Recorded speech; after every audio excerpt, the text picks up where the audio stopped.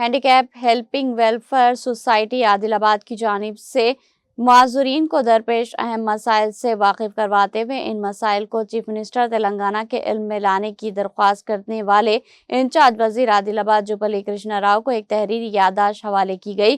Society کے ذمہ داران نے بتایا کہ عادل آباد ضلع کے معذورین کے مسائل پر 170 دنوں تک مہا دھرنا منعقد کیا گیا تھا۔ خاص طور پر نئی معذورین کالونی کی منظوری کے لیے کئی بار نمائندگی کی گئی۔ سوسائٹی نے یہ بھی واضح کیا کہ کانگریس حکومت کے قیام سے قبل تقریباً 100 سے زائد معذور افراد نے سری نواس ریڈی کی قیادت میں کانگریس پارٹی میں شمولیت اختیار کی تھی، تاہم حکومت تشکیل پانے کے بعد معذورین قائدین سیتکا، مہیش کمار گوڑ، محمد علی شبیر کو متعدد مرتبہ یادداشتیں پیش کرنے کے باوجود مسائل کے حل میں کوئی پیش رفت نہ ہونے پر افسوس کا اظہار کیا گیا۔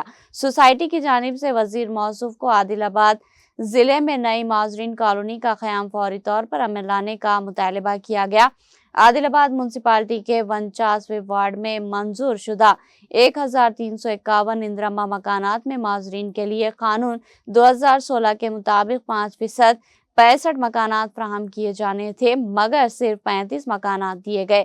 کمیٹی ارکان اور متعلقہ عملے کی غفلت کے باعث کئی مستحقین محروم رہ گئے ہیں۔ میونسپل حدود میں معذورین کے کوٹے سے مختص 5 دکانوں کی میعاد ختم ہو چکی ہے، جن کے لیے فوری ری ٹینڈر جاری کیا جائے۔ سابقہ حکومت کے دوران 2014 میں ہیلتھ کارڈ میں نام درج کی بنیاد پر کئی معذورین کی پنشن بند کر دی گئی۔